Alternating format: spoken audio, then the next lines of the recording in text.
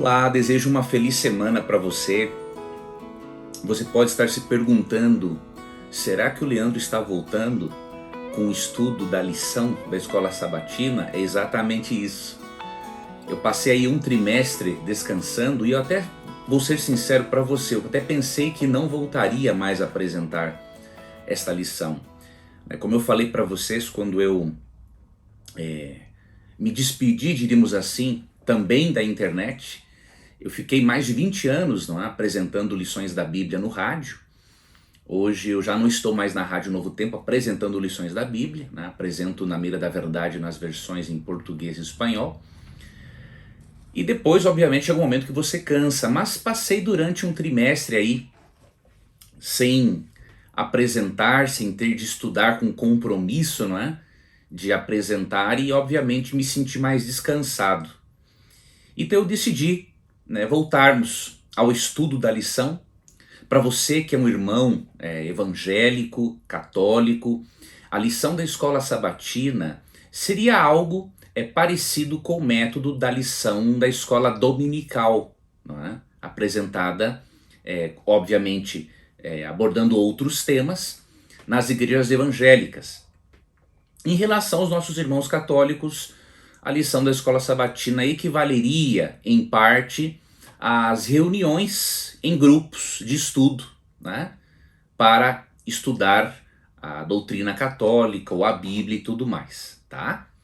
Então eu vou compartilhar com você e vou fazer como eu sempre fiz, Vou tentar universalizar a linguagem, de forma mais próxima possível, para que você, independente da religião a qual você pertença, você seja abençoado, seja abençoada, se beneficie desse estudo. Eu sempre tive, quando trabalhei na Rádio Novo Tempo, apresentando lições da Bíblia, tive muitos ouvintes, também espíritas, que compartilhavam o áudio da lição em diversos grupos espíritas. Então, por mais que tenhamos divergências doutrinárias, há coisas em que nós todos podemos nos harmonizarmos a fim de estudarmos e vermos quais conceitos podemos reafirmar e quais conceitos precisamos reformular à luz das Escrituras. Então, com isso, quero agradecer a você pela confiança e vamos dar o início, então, à nossa lição desse trimestre, que será sobre o livro de Gênesis. Este é um livro muito precioso das Escrituras e você vai entender o porquê que estudar esse livro é fundamental para a fé cristã e para que a fé cristã tenha lógica e razão de ser. Então esse estudo do livro de Gênesis, se você não tem esse guia de estudos e gostaria de adquiri-lo, quem o disponibiliza é a editora Casa Publicadora Brasileira. Eu vou deixar o link aqui na descrição do vídeo, caso você queira adquirir este guia de estudos e acompanhar, juntamente com o guia de estudos, o estudo que faremos ao longo desse trimestre. Eu farei um vídeo por semana abordando a lição da semana toda, ok? Não vou fazer assim diariamente, mas de uma vez eu abordarei a lição da semana toda. E você pode, se você não conseguir assistir tudo de uma vez só, você pode ir assistindo aos poucos, ao longo da semana. Mas creio que vai ser um preparo muito interessante, para você entender a Bíblia, ou você que é um professor ou professora de escola sabatina, você também vai ter um grande proveito com algumas ideias a mais, alguns insights a mais do estudo desta lição.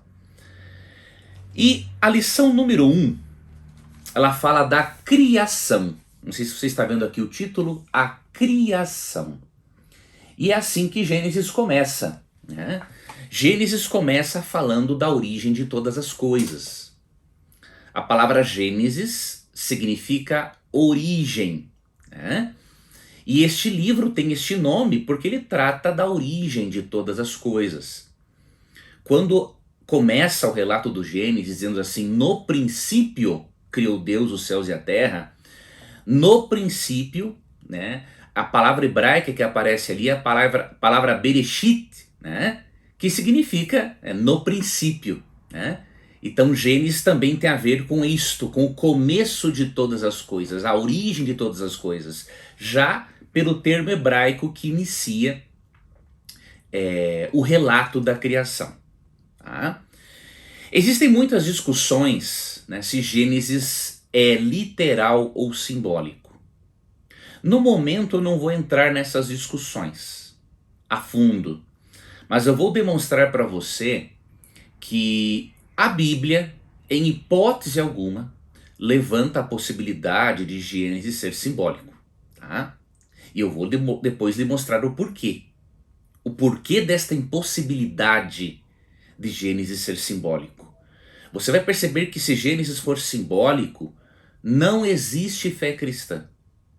Repito, se Gênesis for um livro simbólico, não há razão para existir a fé cristã. Depois eu vou lhe mostrar em um gráfico quais doutrinas bíblicas são afetadas quando se compreende que Gênesis é simplesmente um livro simbólico. Tá?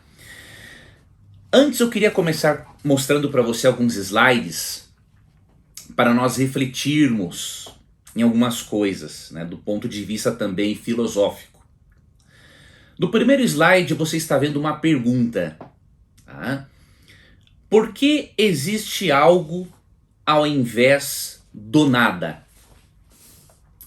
Esta é uma pergunta, né, feita por filósofos ao longo das eras, e é uma pergunta muito pertinente. Por que existe algo ao invés do nada? Dizer que as coisas existem simplesmente pelo acaso cego é extremamente irracional. Pensar que apenas a física, a química, ou a biologia, ou a astronomia explicam as coisas também é irracional. Nós temos várias formas de fazer ciência e cada disciplina tem a sua contribuição, inclusive a metafísica, né? Que é uma área da filosofia que estuda as coisas de um ponto de vista além da física. Né?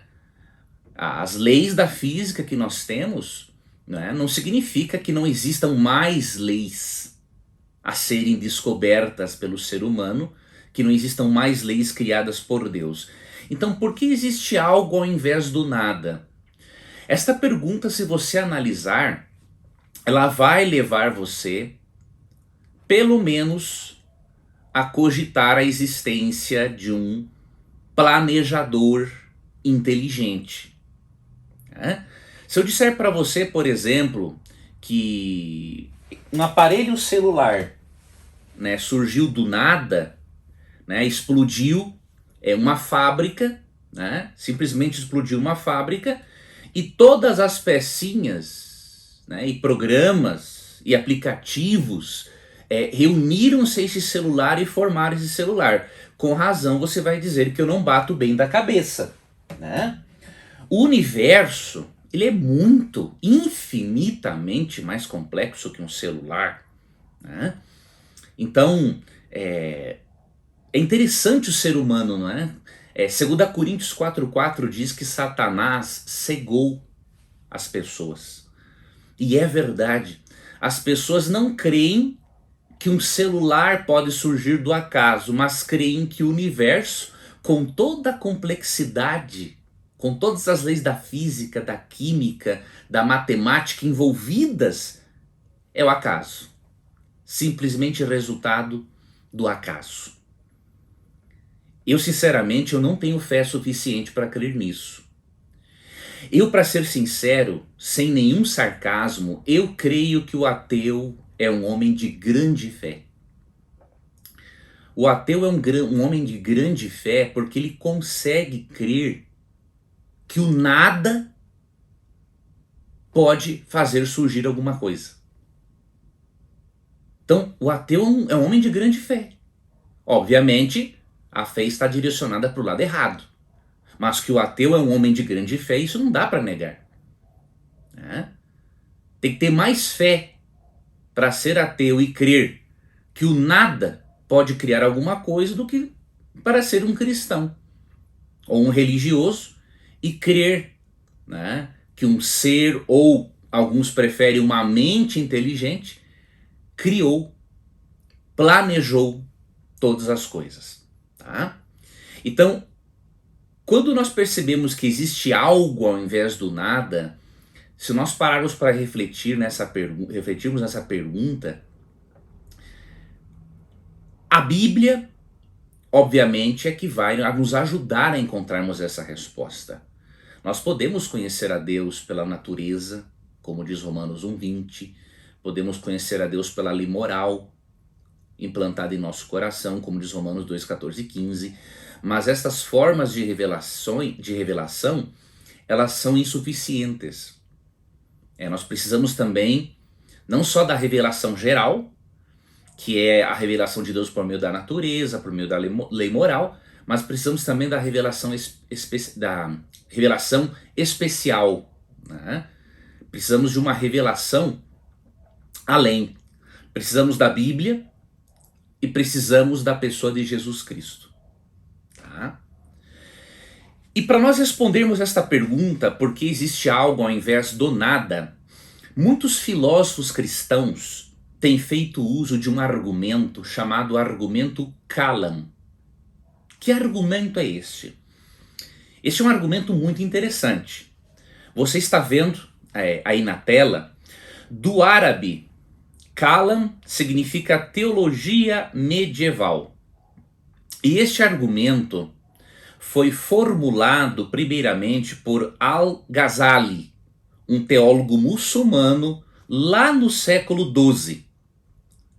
E por mais que ateus, agnósticos, tentem refutar as premissas do argumento Kalam, não é possível refutar as premissas deste argumento e, consequentemente, sua conclusão, quando há honestidade intelectual. Quais são as premissas do argumento Kalam? Tá? Ele é um argumento cosmológico, que trata da origem do universo. Ok? Então, o argumento Kalam tem as seguintes premissas. Você está vendo aí na sua tela. Premissa maior: tudo que começa a existir tem uma causa. Então isso é óbvio, né? Tudo que começa a existir tem uma causa. Sem uma causa, nada pode vir a existir. Premissa menor: o universo começou a existir. Aqui eu abro um parênteses antes de continuar. Hoje já é comprovado, né, que a matéria não é eterna. Ela surgiu. Né? Muitos cientistas tentam explicar através do Big Bang. Né? O Big Bang reuniu uma quantidade de energia absurda ao ponto, né, de dar início à existência da matéria. Obviamente, eu não creio no Big Bang, mas digamos que Deus tivesse usado o Big Bang para dar início à matéria, né? O Big Bang também não contradiz a existência de Deus, porque alguém tem que ter dado início ao Big Bang. Né? Por isso que a primeira premissa, tudo que começa a existir tem uma causa, ela é perfeitamente correta. E a segunda premissa também é totalmente correta. Hoje, os cientistas sabem, né, que o universo ele não é eterno. Ou seja, um dia ele teve um início. Tá? E aí, com base nessa segunda premissa menor, o universo começou a existir, nós chegamos à conclusão. E aí entendemos o que é o argumento Kalam, que é um argumento cosmológico. Portanto, o universo tem uma causa. Se tudo que começa a existir tem uma causa, premissa maior, se o universo começou a existir, premissa menor, a conclusão está correta. O universo tem uma causa. E por isso eu repito, tem que ter muita fé para crer que o nada pode criar alguma coisa. Então eu recomendo que você analise este argumento Kalam. Você vai encontrá-lo em vários livros de apologetas cristãos, né, como William Lane Craig, Ravi Zacarias, Norman Geisler, Frank Turek, né? Tem vários autores, filósofos cristãos que fazem uso desse argumento cosmológico, né? Lógico, ele é muito mais amplo, ele é muito mais complexo, mas eu só dei aqui para você as premissas, tá? Então isso é uma coisa interessante para você avaliar. Mas aí alguém pode surgir com a seguinte pergunta: e Deus não teria uma causa? Né? Se tudo que começa a existir tem uma causa, então Deus teria tido uma causa. Na verdade, esta pergunta, esta afirmação, ela não é correta. Porque a Bíblia não diz que Deus teve uma causa. Deus é a causa não causada. Vamos ler aqui alguns textos. Isaías 44:6. Se Deus tivesse tido início, veja, filosoficamente, Deus não pode ter um início. E eu já vou te explicar o porquê. Isaías 44:6. Assim diz o Senhor, Rei de Israel, seu Redentor, o Senhor dos Exércitos: eu sou o primeiro e eu sou o último, e além de mim não há Deus. Quando Deus diz que ele é o primeiro e o último, ele está dizendo o seguinte, que ele é a causa de todas as coisas, mas que ele não foi causado por nada e por ninguém. Eu sou o primeiro e o último, ou seja, Deus é eterno. Interessante que Jesus Cristo, que fez parte da criação, de acordo com João 1:1-13 e Hebreus 1:1-3, Jesus Cristo também diz ser o primeiro e o último, né? Apocalipse 1:17, né? Um texto que prova claramente a divindade de Cristo e a presença dele na criação de todas as coisas. Quando ouvi, aqui João viu Jesus glorificado, né? Caí a seus pés como morto, porém ele pôs sobre mim a mão direita, dizendo: não temas, eu sou o primeiro e o último. Então, assim como o Deus do Antigo Testamento é o primeiro e o último, Jesus é o primeiro e o último, né? Então Deus é a causa não causada. Ele é a causa de todas as coisas, mas não foi causado por ninguém. Aí você pergunta, mas como? Veja, filosoficamente, Deus não pode ter uma causa, porque se alguém tivesse criado a Deus, nós deveríamos adorar a esse alguém e não a Deus. Você não concorda? Se alguém ou algo tivesse causado a Deus, deveríamos prestar a nossa adoração a este alguém ou algo, porque ele seria superior a Deus. E não deveríamos adorar a Deus. Então, como a Bíblia nos convida constantemente a adorarmos a Deus como Criador, é óbvio que ele é a causa não causada. Filosoficamente, dizer que Deus teve um início é absurdo, né?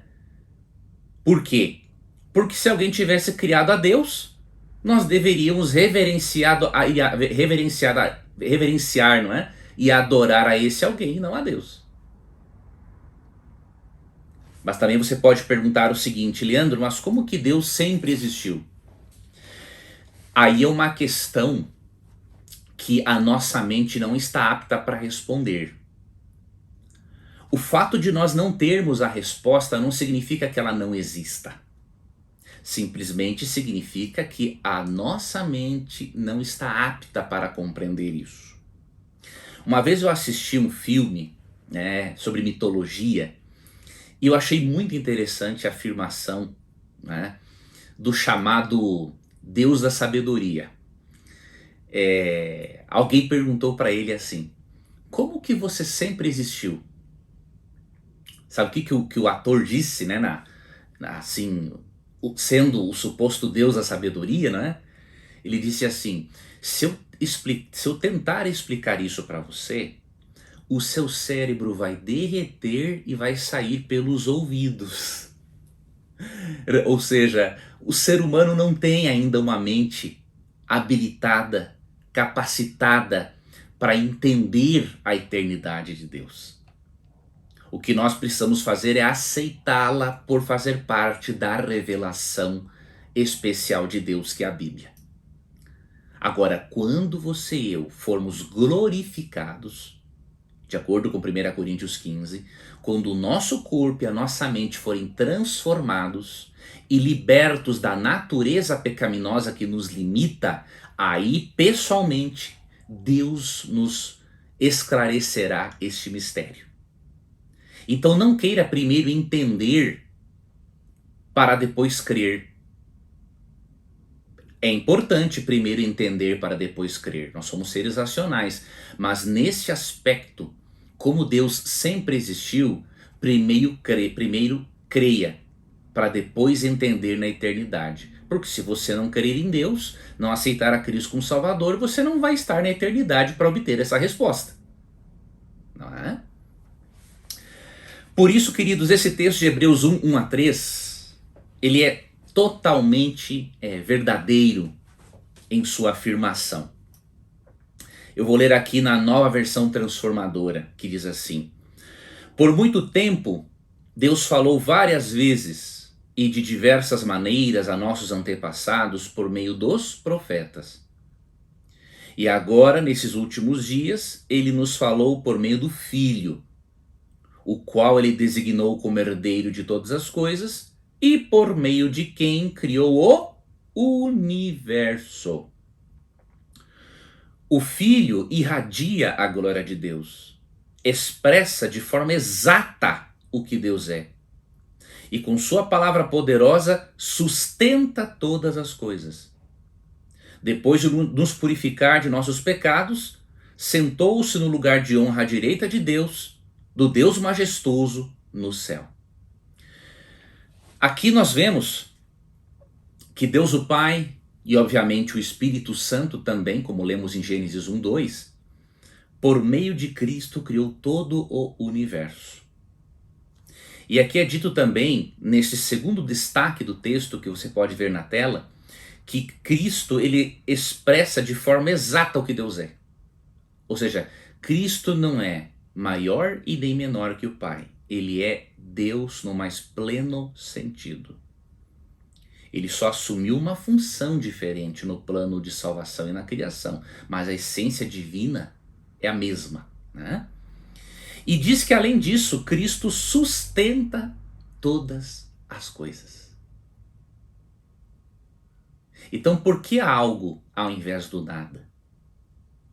Porque existe um Criador, um Deus triuno, que criou todas as coisas e as sustenta pela palavra do seu poder, pela vida e pela energia que saem dele mesmo. É por isso que no Salmo 33, versos 6 e 9 é dito, né? Deus falou e tudo se fez. Ele ordenou e tudo passou a existir. Sendo que Cristo criou o universo juntamente com Deus Pai, como disse Hebreus 1, 1 a 3.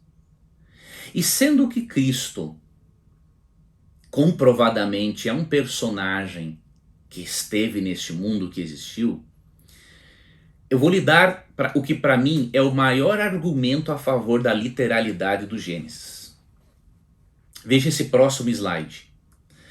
Para Jesus, o livro de Gênesis é o relato oficial das origens. Repito, para Jesus, o livro de Gênesis é o relato oficial das origens. É por isso que quem crê em Jesus e não crê na literalidade do Gênesis, ele está sendo contraditório. Ele não está crendo da mesma forma que o Senhor Jesus Cristo. Quem crê em Jesus, por exemplo, ele não pode ser um evolucionista ateísta, que acredita que Deus criou as formas primitivas de vida e depois permitiu que elas evoluíssem. Não tem como você harmonizar isso. Porque de acordo com Hebreus 1, 1 a 3, Cristo criou todas as coisas do universo com Deus Pai e as sustenta. Não tem possibilidade de evolução, de Deus ter utilizado a evolução para criar as coisas. Tá? Você percebe sim na criação, eu vou dizer um termo que muitos não gostam, mas para mim ele é mais didático, existe adaptações ou microevoluções, que são mudanças que ocorrem nas espécies, mas mudanças nelas mesmas. Não, por exemplo, um peixe se transformando num réptil, né? Isso é macroevolução. Isso não foi comprovado cientificamente, não existe dado científico para isso. Agora, microevoluções, ou seja, microadaptações entre os seres, isso existe. E a Bíblia não é contra isso. Tá? Agora, voltando aqui ao assunto, o livro de Gênesis é o relato oficial das origens para Jesus Cristo. Quer ver? Vamos ler Gênesis 1, 1 e 2. Você vai ver no próximo slide. E nós vamos comparar com Mateus 19, versos 4 e 5. E também com Gênesis 1, 27 e Gênesis 2, 24. Tá? Vamos lá. Mateus 19, primeiramente, o slide. O slide diz assim, Gênesis 1 e 2. Aqui está na versão Almeida, revista e atualizada. No princípio, criou Deus os céus e a terra. Percebe, a Bíblia não tenta provar que Deus existe, ela já afirma a existência dele, né? A terra, porém, estava sem forma e vazia, havia trevas sobre a face do abismo e o Espírito de Deus pairava por sobre as águas. Então aqui, nesses dois primeiros versos, nós vemos que Deus é o Criador. Em certo momento ele pegou esse nosso planeta sem forma e vazio, deu uma forma a ele, né, arredondada e achatada nos polos, e criou aqui a vida. Tá? E como Jesus considera esse texto e todo o relato da criação? Simbólico ou literal? Aqui você vai ter que decidir se você vai adotar a teologia, diríamos assim, de Cristo ou a sua particular. Né? Se Cristo foi o Criador e ele foi um personagem digno de confiança neste mundo, eu creio que vale a pena, assim como ele, ter o livro de Gênesis como o relato oficial das origens. Eu acho lógica nisso. Aqui em Mateus 19, verso 4 e 5, olha a compreensão que Cristo tinha da criação. Então respondeu ele, não tendes lido que o Criador, desde o princípio, os fez homem e mulher e disse, por esta causa deixará o homem pai e mãe e se unirá à sua mulher, tornando-se os dois uma só carne? De modo que já não são mais dois, porém uma só carne. Portanto, o que Deus ajuntou, não o separe o homem. Que textos Jesus citou aqui de Gênesis? Aqui no slide você está vendo, não é? Para comparar esse texto de Mateus 19, versos 4 e 5 com Gênesis 1, 27 e Gênesis 2, 24. Foram exatamente esses dois textos que Cristo citou. Um texto que fala que Deus criou o homem e a mulher à sua imagem e semelhança, e outro texto que mostra que Deus criou o casamento. Então compare na sua Bíblia Mateus 19, 4 e 5 com Gênesis 1, 27 e Gênesis 2, 24. E você vai comprovar de uma vez por todas que para Jesus, o livro de Gênesis é o relato oficial da criação. Repito, para Jesus, o livro do Gênesis é o relato oficial da criação. E eu quero finalizar esta parte deixando para você uma citação. Porque muitas pessoas dizem que é impossível conciliar a fé e a ciência. Né? Considerar o que a ciência diz sobre as origens com aquilo que a Bíblia diz sobre as origens. E eu vou dizer para você com toda certeza, isso não é verdade. tá? Os pais da ciência, como Isaac Newton, Galileu Galilei, Robert Boyle, Nicolau Copérnico, todos eles acreditavam no relato da criação e faziam ciência. Qual era o pressuposto deles? Bom, Deus existe.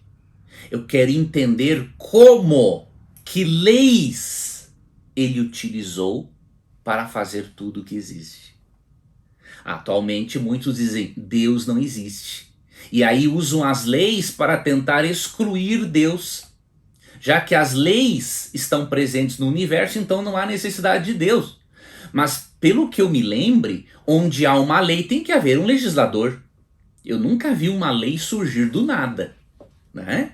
Então se o universo é regido por leis, não é lógico excluir Deus e deixar que as leis, e dizer que as leis pelo próprio acaso passaram a existir de forma organizada e perfeita, né?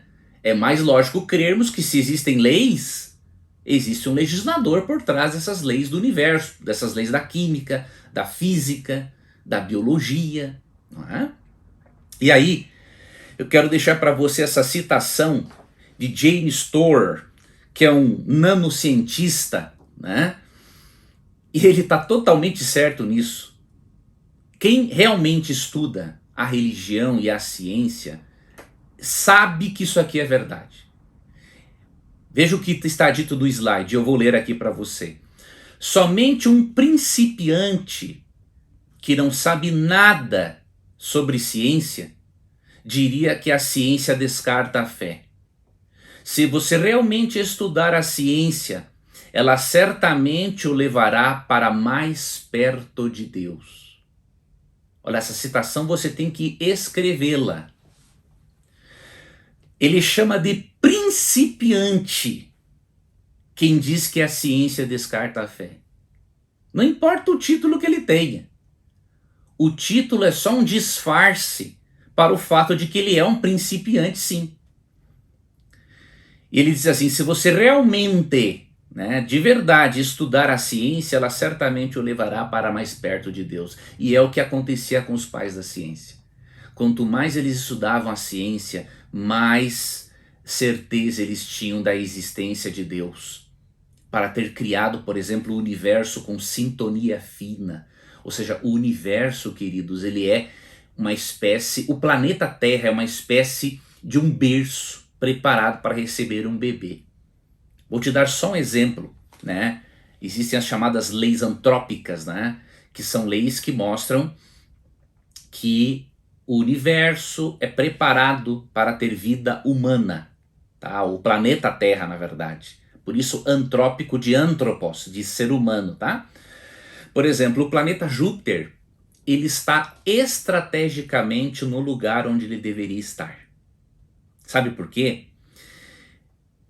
Existe muito lixo cósmico, né, no universo, né? Muitos cometas, meteoros, né? E Júpiter tem uma força gravitacional absurda. Por Júpiter estar posicionado direitinho em relação à Terra, ele com a sua força gravitacional não deixa que o lixo cósmico caia no nosso planeta e o destrua. Então qualquer tipo de cometa, meteoro, de maior gravidade que deseja, entre aspas, que deseja cair na Terra, Júpiter com a sua força gravitacional suga esse lixo cósmico para si, para que não caia no planeta Terra. Se Júpiter estivesse um pouquinho mais longe de onde ele está em relação ao planeta Terra, ele não atuaria como esse aspirador cósmico que protege o planeta Terra da destruição por meio do lixo cósmico que pode cair do universo. Então eu concordo plenamente com James Tour, né? Somente um principiante que não sabe nada sobre ciência diria que a ciência descarta a fé. Se você realmente estudar a ciência, ela certamente o levará para mais perto de Deus. Quando eu percebo que Júpiter está numa posição estratégica para possibilitar a vida no planeta Terra, eu não tenho como não crer na existência de um planejador inteligente, que planejou isso para que fosse possível o planeta Terra ter vida. Eu dei esta introdução para você, né? Obviamente eu teria muito mais a falar sobre o assunto, porque eu creio que essa introdução ela é importante para nós darmos início ao estudo da lição. Tá? Eu creio que estes pressupostos vão ser importantes, né? Vai ser importante que eles os acompanhem para o nosso estudo da lição propriamente dito. Então você vai ter 2 vídeos sobre a lição número 1. Este, que é introdutório e que apresenta alguns pressupostos, e do próximo vídeo eu vou estudar a lição de número 1 com você, que fala sobre a criação. Ok? Que Deus abençoe a você, que Deus te guarde, e eu espero que este retorno, né, do nosso estudo da lição seja uma bênção também para a sua vida, assim como está sendo para a minha. Um abração e não perca o próximo vídeo.